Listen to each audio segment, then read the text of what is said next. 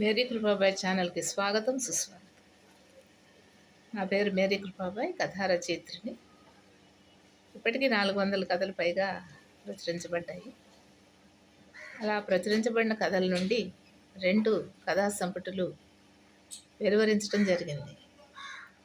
ఈ నేపథ్యంలో మొదటి కథా సంపుటి కథాంజలి నుంచి ఒక్కొక్క కథని మీకు పరిచయం చేస్తున్నాను ఇలా యూట్యూబ్ ద్వారా. మరి ఈరోజు మరొక కథతో మీ ముందుకు రావడం జరిగింది. కథ శీర్షిక క్షణికావేశం అనే టైటిల్తో ఈ కథ రాయడం జరిగింది. ఇది 2005 ఆంధ్రభూమిలో ప్రచురించడం జరిగింది. 2005లో ఆంధ్రభూమిలో ప్రచురించడం జరిగింది. ఓకే, మరి క్షణికావేశం అనేటువంటి టైటిల్లోనే మనకు కొంత అర్థం స్ఫురిస్తుంది. మానవ జీవితంలో రకరకాల ఘట్టాలు, సన్నివేశాలు, పరిస్థితులు, జీవితం మహాసాగరం అని చెప్పి అంటూ ఉంటారు.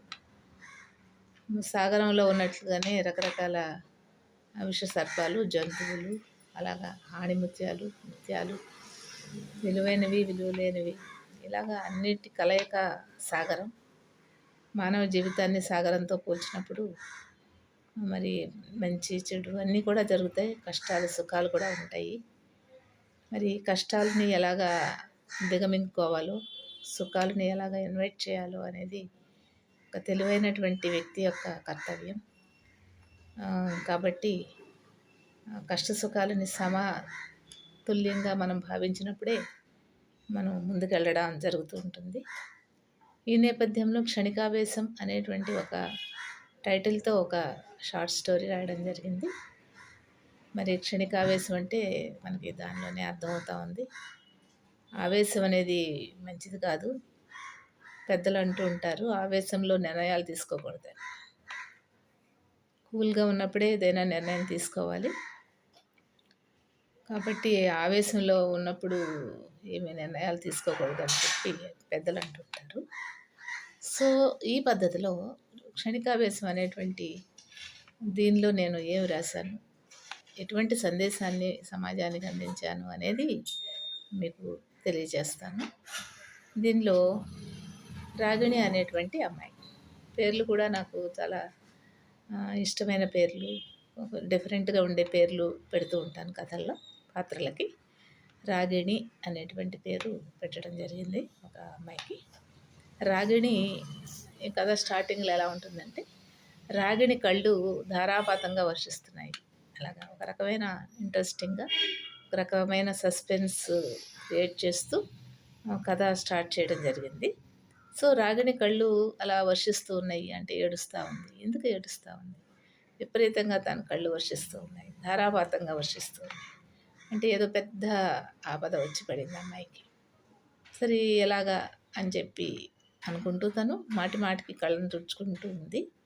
అలా తుడుచుకున్న కొద్దీ ఇంకా కన్నీటి ధార ఇంకా పెరుగుతూ ఉంది. నిర్విరామంగా అలాగా ఏడుస్తూనే ఉంది రాగిణి. ఏమిటి అంటే కనుక తనకి మెడిసిన్లో సీటు రాలేదు. మరి ఆ వయస్సు అమ్మాయికి ఉన్న పెద్ద ఆపద ఎలాంటివే కదా, ఒక సీటు రాకపోవడం, లేదా ఒక జాబ్ రాకపోవడం, ఒక ఇంటర్వ్యూ ఫెయిల్ అవ్వడం, ఇలాంటివే ఉంటాయి. సో దీనిలో తనకి మెడిసిన్లో సీట్ రాలేదని చాలా ఏడుస్తూ ఉంది. అంటే తను చాలా కష్టపడింది, హోప్ పెట్టుకుంది, కృషి చేసింది, అన్నీ చేసిన తర్వాత రాలేదు అని బాధపడుతూ ఉందన్నమాట. తన బాధ తల్లిదండ్రులకు తెలియకూడదని జాగ్రత్త పడుతూ ఉంది. మళ్ళీ మధ్యలో ఏడుస్తూనే జాగ్రత్త పడుతూ ఉంది. ఇంకా ఏమనుకుంటుందంటే, తను ఎంతో కష్టపడి చదివింది, మెడిసిన్ సీట్ కోసం ప్రయత్నం చేసింది. తన ప్రయత్నంలో అయితే లోపం ఎక్కడా కనిపించలేదు. కానీ హెవీ కాంపిటీషన్ వల్ల, సహజమైనటువంటి ఆ కాంపిటీషన్ వల్ల తనకి సీట్ రాలేదు అని తనకు అర్థమైంది. తల్లిదండ్రులు అయితే ఇంకా హోప్ పెట్టుకున్నారు. వాళ్ళు ఎంతో హెల్ప్ చేశారు, ఎంకరేజ్ చేశారు. అయినా కూడా తనకి మరి ఇలా అయిపోయింది. ఇప్పుడు ఈ విషయం తల్లిదండ్రులకు తెలిస్తే తను ఎంత చులకన అవుతుంది, మరి ఇంకా ఫ్రెండ్స్ తెలిస్తే తను ఎంత చులకన అవుతుంది. ఇలా సొసైటీలో రేపటి నుంచి తను ఎలాగా తల ఎత్తుకుని తిరగాలి, అని చెప్పి బాధపడుతూ ఉంటుంది, మదన పడుతూ ఉంటుందనమాట. అయితే అలా ఆలోచించి, ఆలోచించి గుండెల నిండా తను ఒక రకమైన భారంతో ఉండి, ఇంకా ఏం చేయాలి, ఏం చేయాలనుకుంటే, ఇక ఆ వయసు పిల్లలు కొంచెం ఆవేశంతో ఉంటుంటారు. ఇంతలో ఏమైందంటే తల్లి పిలుస్తుంది. అమ్మా, ఏం చేస్తున్నావు నువ్వు అని చెప్పి వస్తుంది. అంటే లోపలికి వస్తుంది, కిచెన్లోకి వస్తుంది రాగి. అయితే తల్లిని చూడగానే తనలో బాధ మరీ ఎక్కువైపోతుంది. కానీ బాధ నుంచి ఎలా తప్పించుకోవాలి అని చెప్పేసి అనుకుంటూ ఉంటుంది, అనుకుంటూ ఆలోచిస్తూ ఉంటుంది. ఆలోచిస్తూ తల్లి పిలిచింది. తల్లి దగ్గరికి వెళ్తూనే వెంటనే ఒక డెసిషన్ తీసేసుకుంటాం చిన్న క్షణంలో. ఎస్ ఎస్ ఎస్ అని, ఎస్ నేను ఏమైనా సరే నేను ఈ డెసిషన్ తీసేసుకోవాలి, నేను ఆత్మహత్య చేసేసుకోవాలి. కానీ నేను ఇలా అయితే తట్టుకోలేను, నేను మెడిసిన్ సీట్ అయితే రాలేదు, నేను ఎవరికి మొహం చూపించలేను కాబట్టి ఆత్మహత్య చేసేసుకోవాలి. ఎస్ ఎస్ ఎస్ అనేసి తన ఎస్ అనేసుకుంటుంది లోపల. ఇంతలో తల్లి పిలుస్తుంది. తల్లి పిలిస్తే వెళ్తుంది. అయితే కిచెన్లోకి వెళ్తుంది. అమ్మ నువ్వు కిచెన్ చీకటిగా ఉంది, లైట్ వెయ్యి అని చెప్పి అంటుంది తల్లి జానకి. అనేసరికి సరే అని చెప్పి తను స్విచ్ వేస్తుంది అనమాట, లైట్ స్విచ్ వేస్తుంది. వేసేసరికి అక్కడ ఏదో టెక్నికల్ దీనివల్ల ఏదో లోపమే ఉంటుంది. ఆ లోపం వల్ల ఏదో ఆ స్విచ్ దగ్గర ఏదో ఇబ్బంది వచ్చి పెద్ద సౌండ్ వచ్చేస్తుంది. తనకేమో షాక్ కొట్టేస్తుంది. ఆ స్విచ్ దగ్గర పెద్ద సౌండ్ వచ్చి ఒక వెలుగులాగా వచ్చేస్తుంది. ఈ అమ్మాయికేమో రాగిణికి షాక్ తగ్గుతుంది. షాక్ తగిలేసరికి తను అలా కింద పడిపోయేసరికి తల్లి ఒకసారిగా అమ్మ ఏమైందమ్మా అంటూ, తల్లి ప్రేమ కదా, ఏమైందమ్మా అని చెప్పి పరిగెత్తుకుంటూ వచ్చేసరికి తనకి షాక్ కొట్టి అలాగ కింద పడిపోయి ఉంటుంది. వెంటనే షాక్ కొట్టినట్టు తెలుస్తుంది. గబగబా తండ్రి కూడా వస్తాడు, అక్కడే ఉన్నటువంటి తండ్రి కూడా వస్తాడు. వచ్చి రాజశేఖర్ తండ్రి వచ్చి అమ్మ ఏమైందమ్మా, నీకు ఏమైపోయిందమ్మా అని చెప్పి తల్లిదండ్రుల ప్రేమ మనకు తెలిసిన విషయమే కదా, అంటే అర్థం చేసుకుంటారనమాట. వెంటనే తనకి షాక్ తగిలింది, స్విచ్ దగ్గర ఏదో ట్రబుల్ వచ్చిందని చెప్పి వెంటనే హాస్పిటల్కి తీసుకెళ్తారు. హాస్పిటల్కి తీసుకెళ్తున్నంతసేపు అమ్మాయితో మాట్లాడుతూనే ఉంటారు. వీళ్ళిద్దరు కూడా ఏడుస్తూనే ఉంటారు. అలాగే ఒక రకమైనటువంటి ఒక విషమ పరిస్థితి ఫ్యామిలీలో వస్తుంది. హాస్పిటల్కి తీసుకెళ్తారు. ప్రమాదం తప్పిందని డాక్టరు చెప్పడం జరుగుతుంది. ఒక 24 hours తర్వాత తను కళ్ళు తెరిచి చూస్తుంది. చాలా నీరసంగా ఉంటుంది. కళ్ళు తెరిచి చూడగానే తల్లికి తండ్రికి ఎంతో ఆనందం అనమాట. అమ్మ ఎలా ఉన్నావు అమ్మ, నువ్వు బ్రతికి బయటపడ్డావు, నువ్వు కనుక బ్రతికి బయటపడకపోతే మేము ఈ పాటికి మేమిద్దరం కూడా ఏదో అయిపోయేవాళ్ళమమ్మ, నువ్వు లేకపోతే మేము మాత్రం ఎందుకుంటామమ్మా, అయితే నువ్వంటే మాకు పంచప్రాణాలు, నీకోసమే కదమ్మా మేము ఇలా ఇంత సంతోషంగా జీవిస్తున్నాము అని ఇలాగ ఏదేదో మాట్లాడేస్తూ ఉంటారు ఇద్దరు. అదంతా వింటుంది రాగిణి అనమాట. ఇప్పుడు ఎలా ఉందమ్మా అని చెప్పేస్తే అంటుంది, బాగానే ఉందమ్మా, ఎందుకే నాకు ఏమైంది నాకు అర్థం కావట్లేదు అని చెప్పి అడుగుతుంది రాగిణి. ఏం కాలేదమ్మా, నీకు వంటగదిలో స్విచ్ వేయమని చెప్పాను, నేను అదే లైట్ వేయమన్నాను, వేయమంటే వేసావు, అలా వేస్తున్నప్పుడు ఆ స్విచ్ దగ్గర ఏదో సమ్ ప్రాబ్లం ఉండి అది పెద్దగా ఇట్లా లైటింగ్ లాగా వచ్చేసి నీకు షాక్ తగిలిందమ్మా, మరి చాలా ప్రమాదం తప్పింది, వెంటనే నువ్వు కింద పడిపోయావు, హాస్పిటల్కి తీసుకెళ్ళాము, మంచి ట్రీట్మెంట్ జరిగింది, నీకేం కాలేదు, కొంచెం నీరసంగా ఉన్నావు తప్ప ప్రాణాపాయం తప్పిందమ్మా అని చెప్పి తల్లిదండ్రులు ఇద్దరు కూడా చెప్తారనమాట. అప్పుడు తల్లి చెప్పిన మాటలకి రాగిణికి అంతా గుర్తొస్తుంది. తల్లి ఎలా చెప్పడం ఇదంతా గుర్తొస్తుంది.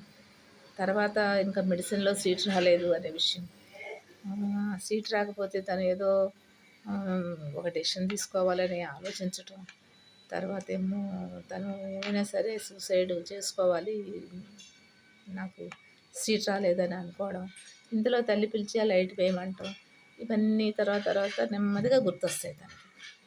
గుర్తొచ్చిన తర్వాత తల్లి తండ్రి దగ్గర కూర్చుని ఒకటే చెప్తూ ఉంటారు, అమ్మ నీకు ఎంత ప్రమాదం తప్పిందమ్మా, మేమెప్పుడూ షాక్ తగలటం ఇలాంటియన్నీ విన్నామే గానీ, ఇప్పుడు ప్రత్యక్షంగా చూసాము. పైగా నీకు జరిగిందిది అని చెప్పి ఇలాగా చెప్తూ ఉంటారన్నమాట. ఆప్యాయంగా మాట్లాడటం, అనురాగంగా మాట్లాడటం, ఆ అమ్మాయి చేతులు పట్టుకోవడం, చక్కగా దగ్గర కూర్చోవడం, మాట్లాడడం ఇవన్నీ చూసి తల్లిదండ్రులను చూసి చలించిపోతుంది రాగిణి. అమ్మో! ఎంత ప్రేమ తల్లిదండ్రులకి. ఇంత ప్రేమతో తనని పెంచారు. వాళ్ళ ప్రాణాలన్నీ నా మీదే పెట్టుకున్నారు. జన్మనిచ్చిన తల్లిదండ్రుల యొక్క ప్రేమ ఇలా ఉంటుందన్నమాట. అయితే పిల్లల మీద వాళ్ళకు ఉండేటువంటి ఆప్యాయం, అనురాగం అది ఎవరు కొలవడానికి కూడా కుదరదది. వాళ్ళేమైపోయినా పర్వాలేదు కానీ పిల్లలు మాత్రం ఎంతో ఏ ఉన్నత స్థానంలోనూ చక్కగా ఉండాలని, వాళ్ళు ఎప్పుడూ ఆరోగ్యంగా చక్కగా ఉండాలని వాళ్ళు కోరుకుంటూ ఉంటారు. అవసరమైతే వాళ్ళ ప్రాణాలు కూడా అర్పిస్తారు. ఇటువంటి తల్లిదండ్రులు ఉన్నటువంటి తను ఒక పిచ్చి నిర్ణయం తీసుకోవాలనుకుంది. ఆఫ్టర్ ఆల్ ఒక ఎంబీబీఎస్ సీట్ రాకపోతే తను ఆత్మహత్య చేసుకోవాలనే ఆలోచనలోకి వచ్చింది. ఆలోచనలోకి వచ్చి ఎస్ అని చెప్పి డిసైడ్ అయిపోయింది తను. అలాగా నిజంగానే తను ఆత్మహత్య చేసుకుని ఉంటే తల్లిదండ్రులు ఏమయ్యేవాళ్ళు? ఆఫ్టర్ ఆల్ ఒక చిన్న షాక్ తగిలితేనే ఇలా అయిపోయారు. చిన్న కరెంట్ షాక్, ఒక స్విచ్ దగ్గర వేలు పెడితే తగిలిన ఒక చిన్న కరెంట్ షాక్‌కే ఇంతగా చలించిపోయి, తప్పించిపోయి అల్లాడిపోతున్నారు తల్లిదండ్రులు. తను నిజంగానే ఆత్మహత్య చేసుకుని ఉంటే సీట్ రాలేదని వీళ్ళేమైపోయేవాళ్ళు? అయితే వాళ్ళు తనను ప్రేమించే పరిస్థితి ఎంతో గొప్పది. తనకు రాని సీటు విషయం చాలా చిన్నది. చిన్న విషయానికి గొప్ప విలువైన ప్రాణాన్ని, అపురూపమైన తల్లిదండ్రులని తను ఇబ్బంది పెట్టకూడదు. తను చాలా నీచంగా ఆలోచించింది. అలా చదువుకుని చాలా తక్కువగా ఆలోచించింది. ప్రాణం విలువ చాలా గొప్పది. కుటుంబ బాంధవ్యం విలువ గొప్పది. తల్లిదండ్రులు బిడ్డల బాంధవ్యం గొప్పది. ఒక సీటు, ఒక చదువు, ఒక ఉద్యోగం అవి కేవలం జీవితానికి సపోర్ట్ చేసేవే కానీ వేరే ఏం కాదు. ఈ సీటు కాకపోతే ఇంకో సీట్ వస్తుంది. ఈ జాబ్ కాకపోతే ఇంకొక జాబ్ వస్తుంది. కానీ తను లేకపోతే తన తల్లిదండ్రుల పరిస్థితి ఆల్టర్నేటివ్ లేదు దానికి అని చెప్పి ఒక్కసారిగా ఆలోచిస్తుంది. అలా ఆలోచించడానికి కారణం తనకు షాక్ కొడతామే అని చెప్పి అర్థమైంది. అలా షాక్ కొట్టి ఉండకపోతే తను ఏమయ్యేదో, తన డెసిషన్ అమలు పరుచుకునేదేమో. ఇలా షాక్ కొట్టడం అనేది ఆ సమయంలో తనకి మంచి జరిగింది. షాక్ కొడితేనే భరించలేని తల్లిదండ్రులు కూతురు కనుక ఆత్మహత్య చేసుకుంటే వచ్చే షాక్ నుంచి ఇక తేరుకునే పరిస్థితి ఉండదు అని చెప్పి తను తండ్రి గదిలోంచి తెచ్చుకున్నటువంటి నిద్ర మాత్రలు సీసా ఓ చోట దాచిపెట్టుకుంటుంది. అది జాగ్రత్తగా తీసుకెళ్ళి మళ్ళీ తండ్రి రూమ్లో పెట్టేస్తుంది. ఆయన ఏదో ఆరోగ్యం నిమిత్తం ఏదో వాడుతున్నటువంటి మాత్రలు అవి తీసుకెళ్ళి సైలెంట్గా ఆయన ప్లేస్లోనే పెట్టేస్తుంది. అవి పెట్టేసి ఇటువంటి పిచ్చి నిర్ణయాలు ఎప్పుడూ తీసుకోకూడదు.